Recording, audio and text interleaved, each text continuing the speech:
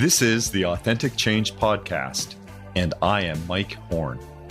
Authenticity reflects what we want from each other and our organizations: open communication, trust, community, fun, and opportunity. I want to help you to do your best in your personal and professional relationships.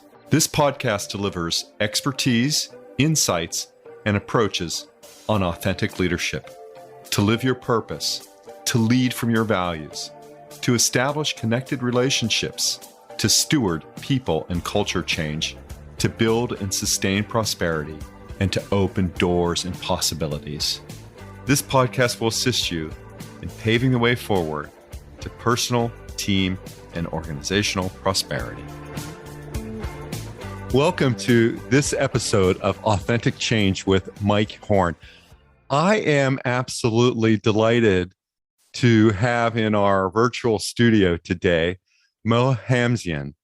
Mo is the Chief Executive Officer of VEL, and he is an amazing person, I believe, who is changing the future of work, thinking about it in what's the impact on workplace culture, on entrepreneurship, on inclusion and strategic leadership. So all the things that are important to the listeners in our audience, the scientists, the engineers, the people and culture professionals, the leaders who are concerned about showing up authentically and what that means in our likely endemic environment, COVID endemic environment that looms ahead of us.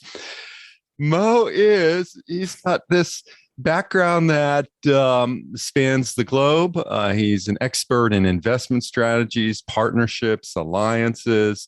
He was a mentor at the London Business School, where he also earned a degree, was a Sloan Fellow. He went to Regents in London. I'm just delighted to welcome Mo to Authentic Change. And Mo, could you introduce yourself and just say a little bit about yourself? You've got such a lovely, rich, textured background. So I'm so looking forward to hearing you introduce yourself to our audience. Mike, what an introduction. Thanks very much. I'm thrilled to be here. I feel like I've just walked down a kind of a heavyweight boxing match and someone just announced me with my accolades. What a privilege to be here. Thanks very much. I couldn't agree with you more. One, this idea of virtual is very exciting. I'm glad you kind of mentioned that. And two, before I kind of dive into my background, I wanted to say that it's such a privilege to be part of the Workplace 3.0 and usher in this new idea of what we think about work. And it starts with conversation. Thought creates reality. And it's these sorts of conversations that help us create a workplace that is a new workplace that is not TV for radio, but it is fresh thought for a kind of a new dimension. And my startup, VEL, amongst many other kind of established businesses and other startups, are trying to rethink this workplace, whether it be from a space perspective or technology or culture or leadership. So I'm very happy to be here and play a role in it. I would also say that we are at the beginning of the curve, and just like what internet did to kind of shopping and e-commerce or to travel, democratize this opinions on social media. I think workplace is shifting quite seismically at the same time, and that's really exciting to be part of. Yeah, as a person who's thought a lot about workplaces and what they look like as a person who's designed great places to work, and certainly believes that that's not the end game for us. Now we think more about designing places where people can do their best work, right, as opposed to these great workplaces, which I led the campaign, the Great Places to Work campaign in a couple of organizations at Genentech for about 6 years. I think it's been on one of the best places to work lists for at least 20 years or so. And in doing that, and I think about some other career experiences I had in designing workplaces for people to do work. One of the most interesting projects was at ExxonMobil, where I was working with geoscientists, rockheads. I think that's how they describe themselves. It is a pejorative, but these were people who were really interested in, where oil was. And so cartography was very important to them, and their collaboration was often around these large maps. So we designed workspaces where people could connect, the scientists could connect over their ideas. And that was one example of shared places, a shared place of work. And then certainly in other organizations, I worked on some of the pioneering efforts of open spaces where nobody ever had a permanent space, to other designs where people had a dedicated space, and have thought about the shift of work, from sort of, okay, you're working at home 2 days a week to you're working at home 3 days a week. Let's think about your house as your primary location and coming to campus as your secondary location. I believe that shift was underway, right? And that's the evolution that I've sort of experienced. So I'm so excited about the work that you're doing, thinking about what's next on this frontier, Mo. So what is next? Well, I think you've hit some interesting points. One of them is that privacy is absolutely fundamental. Flexible privacy. After all, we're mammals, and we have evolution has brought us to some extent, but we require our own boundaries and dedicated space to feel safe and psychologically safe, so we can create think space. Another point you raise, and I'll jump into what we're doing, which is a kind of will be an interesting segue. But another idea is different modes of work and how we work. And I think, given the workplace is changing so much and technology is rapidly changing so much, the question of work itself is going to change, and how we work about it is going to change. Look at how Zoom or video conferencing generally has changed how we work. And because that has changed it, certain fundamentals and fabrics around it will change, such as real estate will change, budgets will change. And because we can now record and play back and have 15 people in the room quite cost effectively, the actual workflow will eventually change. And then, therefore, the context, the scope, the scale of the work will change. Not overnight, but it will change. So coming back to what we're doing at VEL, I've been working out of coffee shops for a very, very long time, like most people around the world, particularly in the US, either because I didn't have an office, or I was not going to the office, or home was not good enough at some point. So my pit stop 3-4 times a week for several hours was a coffee shop. Eventually, there was a straw that broke the camel's back, and I realized a year and a half ago that sitting in a coffee shop was very much akin to flying a 1970s Russian plane. It might get you from A to B, but you'll be rather uncomfortable and you might not get there.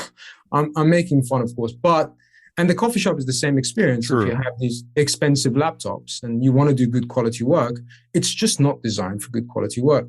So at VEL, we decided to ask this question. We said, what if Starbucks was mum and WeWork was dad, and they had a child?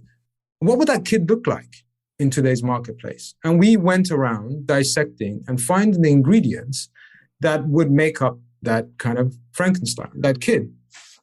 And we realized several things. One, workplace has to be hybrid, has to be flexible. It has to be local, because coffee shops are local. It has to be transactional, whereby you're not alienating people because they're not members. And anyone is kind of welcome.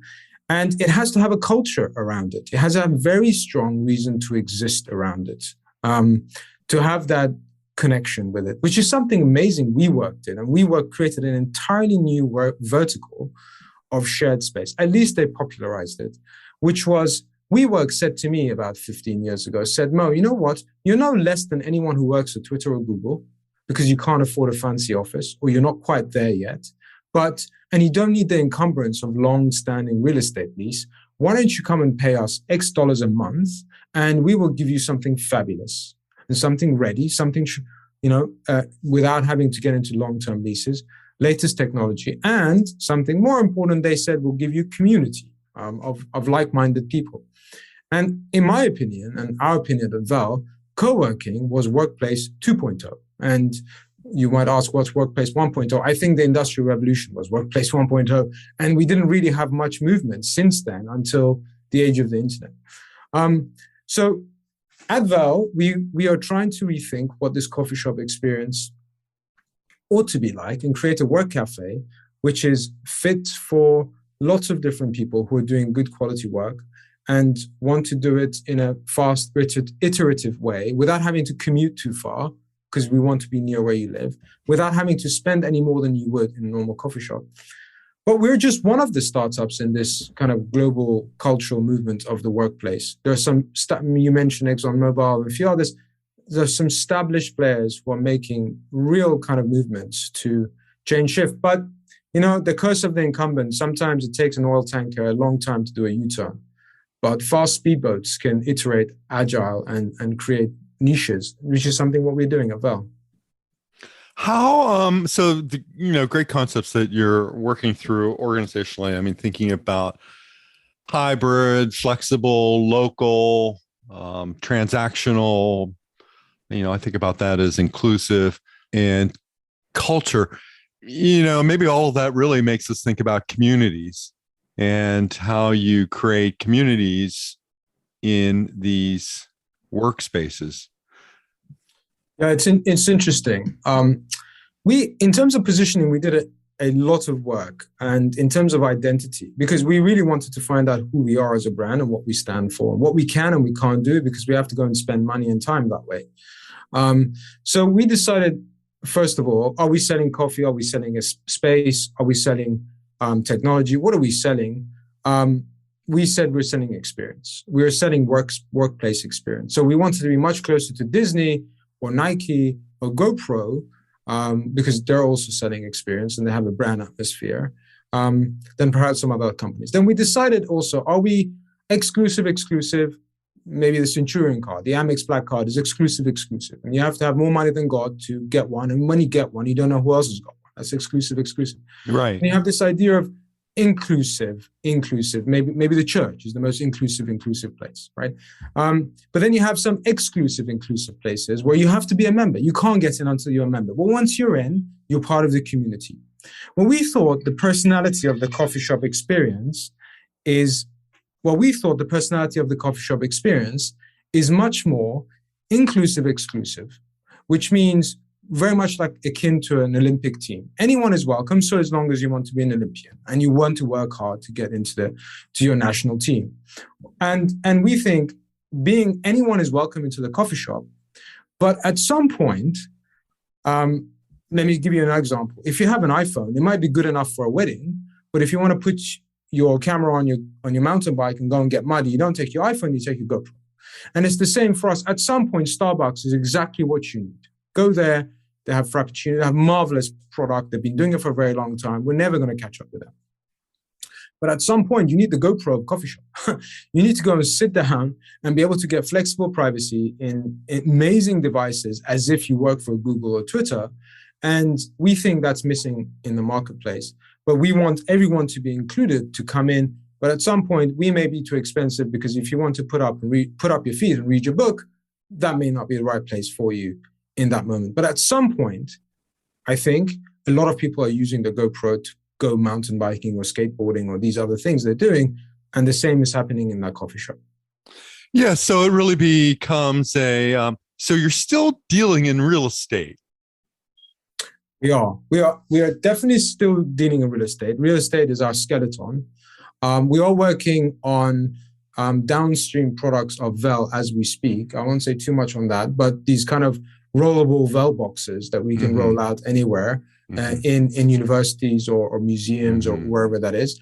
But our first iteration is definitely the coffee shop experience, because we know our customer segment goes to coffee shop. We know they go 3 or 4 times a week. We know they go a couple of hours every time they go, and we know how much they spend every time they go. And if we say to you, don't travel any further, don't spend any more, but you can come into our coffee shop, you can reserve a table in advance because we have an app. You can get into a $20,000 piece of equipment called a pod for $5 an hour, and get a cup of coffee, and that flexible privacy is there. Right now, if you want to get a room, it'll cost you $40, $50 because you're paying for 3 or 4 people who are not going to show up because you just want the room for yourself. So why pay for that $30 or $40 for the 3 or 4 people that won't show up? Just pay for the $5 for yourself. But this pod is as if Mercedes-Benz and Elon Musk built a pod. This is an amazing device, best sound, best acoustic, best lighting, best everything there is to it. And you can do great quality work in a coffee shop setting. And it's a wonderful product. It's so simple, but we find it very effective. So it sounds like for organizations, for leaders of organizations, there is one benefit of talent attraction and talent retention. So that as we understand how the world of work will evolve for many employers will have to focus on becoming increasingly local. And one of the solutions that VEL is providing is that local workspace. So could I imagine that in one of these awesome coffee shop workspaces that I might find several employers banded together in that regard, so that I might say, oh, Google, Apple, Genentech, they're all members of VEL coffee shops. Absolutely. And therefore, that creates a workplace for you. Absolutely. I mean, we want to be this hybrid solution for all businesses, whereby there is private networks, secure Wi-Fi, technology forward for sure. Absolutely. Well said. We could have said it better ourselves. And we also concede that at some point, VEL is just too expensive. I mean, if you want to spend 8 hours a day in VEL, then you might be better off actually having a subscription to a co-working space. But if you are the sort of person, just like you can't take a GoPro to a wedding, it's the wrong device for the wrong moment. And we concede that point. But if you want to spend 6 hours a week or 8 hours a week in some other place of your office or your home, and the library no longer exists, sadly, then you go to a coffee shop. And that's the market we're in. My house is being cleaned. I need to get away from one of my housemates for a couple of hours. I need some deep concentration space that a coffee shop environment might provide for me, unlike a co-working space. Yeah, and co-working, we love a co-working space, what a category they are. But, they're quite popular with slightly bigger companies and entrepreneurial teams and some service-based businesses. But co-workings, they're going to have to change their hand, because the idea, which brings us to this other fundamental of this idea of commute. Is it valid to commute anymore? And what does commute mean, and to whom? Obviously, doctors and nurses and logistics people have to commute. I mean, there's no two ways about it. We haven't disrupted workplace so much that surgeries can be done remotely. Not yet, anyway. I was head of human resources in a research organization. All the laboratory workers were on site every day during COVID. I mean, it's the only place where lab work can be done to advance science and medicine. I agree. And also all of Amazon logistics and UPS and a lot of America is going to work. Service workers, restaurant workers. I agree. But there's a large component of the workforce for which remote work is now a reality. Oh, sure. Yeah, sure. And then do we commute? And at the moment, a lot of real estate, because real estate, maybe there's a 5-year lag between real estate and what current trends, simply because there's an encumbrance there. It's so difficult to change a footing. People have 10-year lease, it's expensive, etc. But over time, our fit outs and developments will reflect current trends, and co-working will have to change if they want to remain relevant as a category, because who wants to commute for 35, 40 minutes? And co-working, because there are 30,000 square feet, 20,000 square feet or larger, and they're not local typically. They're a workplace, and you go to them to do some work. But then that no longer might not be relevant in this kind of fast-moving environment. And I suppose you can see several, applications for the product in terms of locations and where they exist, whether they're in urban cores or whether they're in suburban sprawls or however you might imagine that. I think so. I think the idea of these kind of secondary and tertiary markets, people migrating to them, and the freelance market is absolutely thriving in the US and growing leaps and bounds. I mean, Upwork does a lot of commission work with Elderman Intelligence, and the numbers are staggering. I mean, 59 million US kind of citizens did some sort of remote work last year, 25 million of whom were younger than the age of 40. I mean, 59 is a third of the U.S. workforce, by the way. I mean, there are as many people there as population of England. It's a huge contingent for them to be doing remote work or freelancing, which means they don't have a fixed abode, which means they may no longer want to commute, which means, why don't I go to and live by the beach or a secondary marketplace? Hence these terminologies of Zoom towns, whereby you can actually go there, better cost of living, because you're earning your living remotely. So therefore, if you're not looking to commute, you want things locally to you, VEL would work very well there in those kind of smaller marketplaces at the same time, as it would in larger cities, maybe with a different kind of footprint. So as long as the coffee shop model works in an area, because people work out of coffee shops, VEL would work in that area. Is there a way to characterize or to describe the type of person who would use VEL? A lot of people have avatars of who their ideal client is, or is there something like that for VEL? I love that question. Startups have finite resources. That's just fact of life. Frugal is often the word. Yeah, frugal. Well, actually, there was a Harvard professor who defined entrepreneurship, and in part of his definition, he said, relentless of pursuits of tangible resources beyond your control. And it's like this idea, you're constantly chasing the horizon as a startup. You have to be very effective in your go-to-market strategy, and you have to have a beachhead, which means you have to, even though someone who's 58 years old experienced the same pain points as someone who's 23, but the conversation is entirely different. The narrative is entirely different. The use cases may be also different. Therefore, the brand and the approach may be different. You have to select. So in the early days, you're somehow alienating lots of people, but that's not necessarily ineffective marketing. So for us, our first foot forward out the door are freelancers who are Generation Z, millennials, 24 to 34, college graduate in the arts, graphic design, who are earning their money out of their laptops. Laptop is very important for them. Meetings are important for them. And they don't have an office because they choose not to have an office, or they don't need an office. Home is just not good enough. However, having said that, we completely concede that pain point of you either don't want to commute or home is just not good enough at some point is agnostic. I think it's relevant across the board to lots of different people. Hence why when you go to a coffee shop, there are lots of people working in the coffee shop, depending on the territory that you live in. You go to some parts of New York, the demographic is entirely different to you go to some parts of beaches of Florida. But the number of people spending the same amount of money in a coffee shop doing work, it's still the same. So the use case is there, but the demographic is different.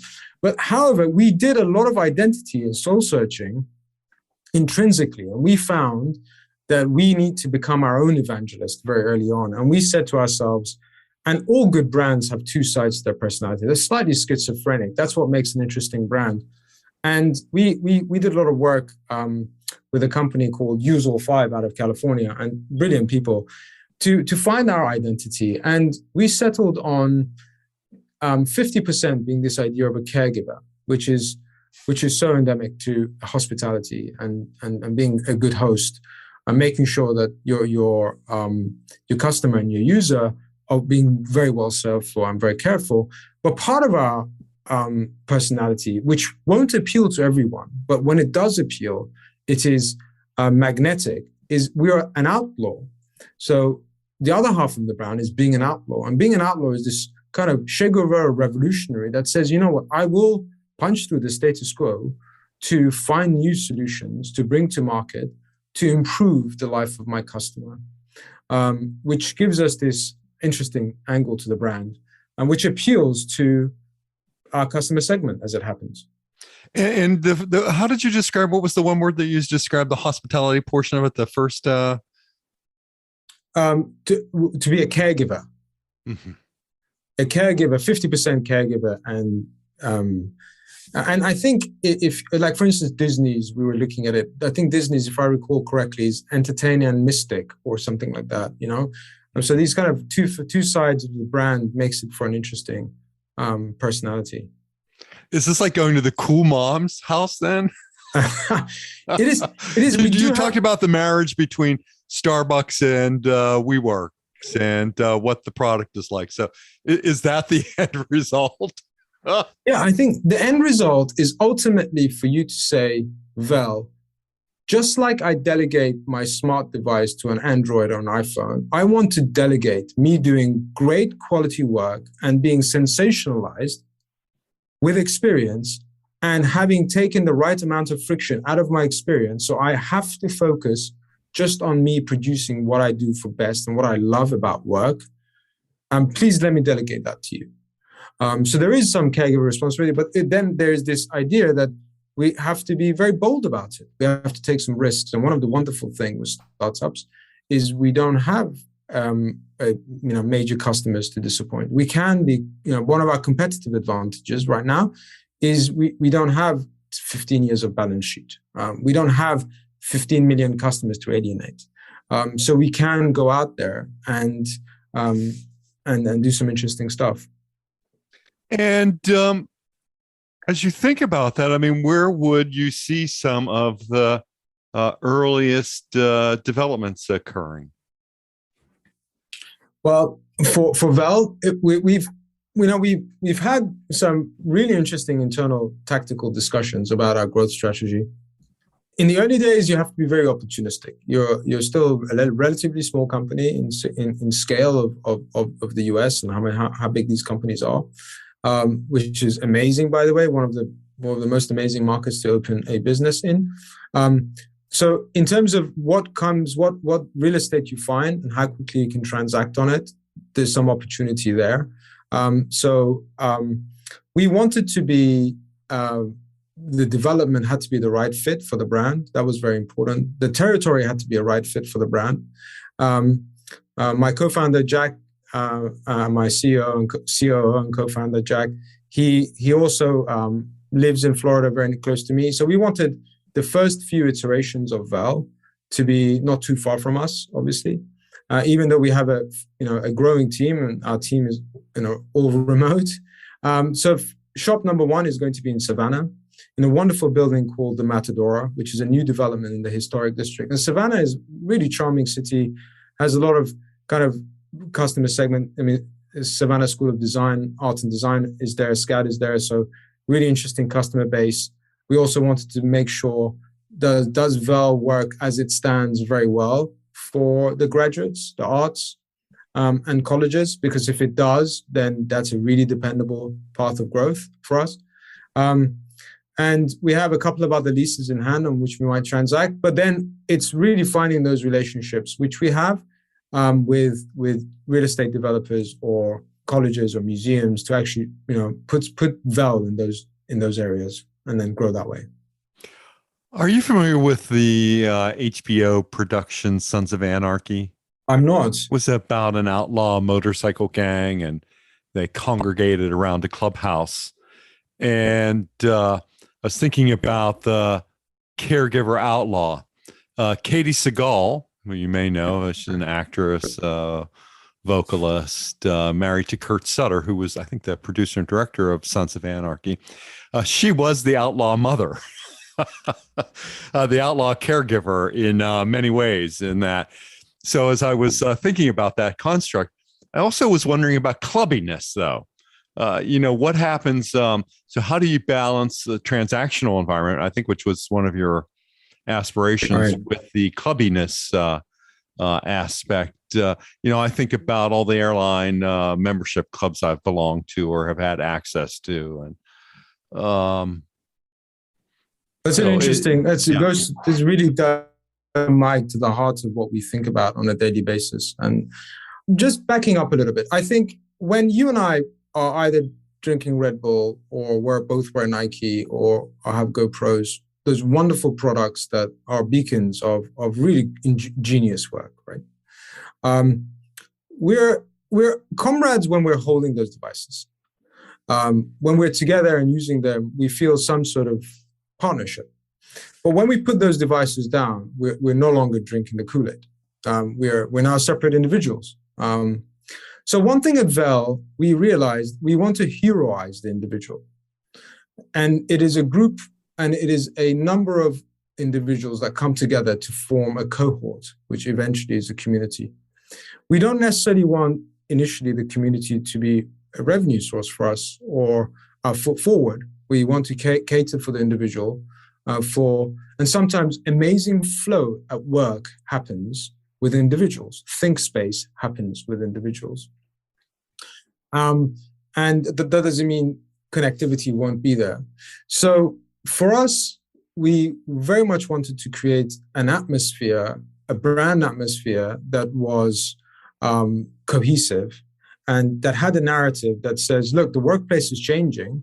We want to usher in a new workplace. Not just us, lots of other startups, but we're taking that responsibility of recreating this amazing workplace for you because we think what was previously is now obviously broken. So join us. Whether you live in Dallas or Savannah or Miami, we'll get there one day, but join us in that conversation. And there's some camaraderie right there because everyone is saying, let's usher in a new future together. So we've already, that has created a culture and some buy-in from the right people who then form some sort of a community around it. But then obviously we have this local idea of whether we are in Savannah and being a shop. To some extent, we want this experience to be repeatable. So although it will have very strong local ideas or local flares, it will still want to feel whether you go in a VEL in Savannah or you go to a VEL in kind of Chicago, you want it to feel that the same way, that dependability is there of the brand and the brand promise is there. So creating that clubbiness is in the mandate that says Mike and Mo are going to VEL because we want to do our really, really good quality work. And that's the common denominator. I put on these spikes to go running on an athletic track. And let's just put our spikes together and go running. And that's our competitive nature, or that's our kind of collaboration coming out there. But once we take the spikes off, hey, we have our own lives. You have the wonderful challenge of scale, Mo. Well, we do. And I think most real estate businesses have the challenge of scale. But we work very hard on building the blueprint and even building kind of downstream versions of VEL. I mean, getting to 50 or 100 of them in the years to come is doable, but getting to 30,000, which is where I think what Starbucks is at the moment, might take a few years longer.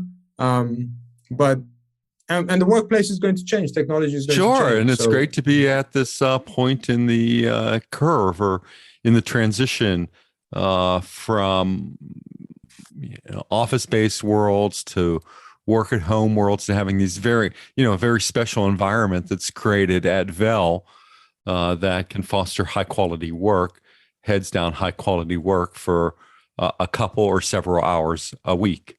That's exactly right.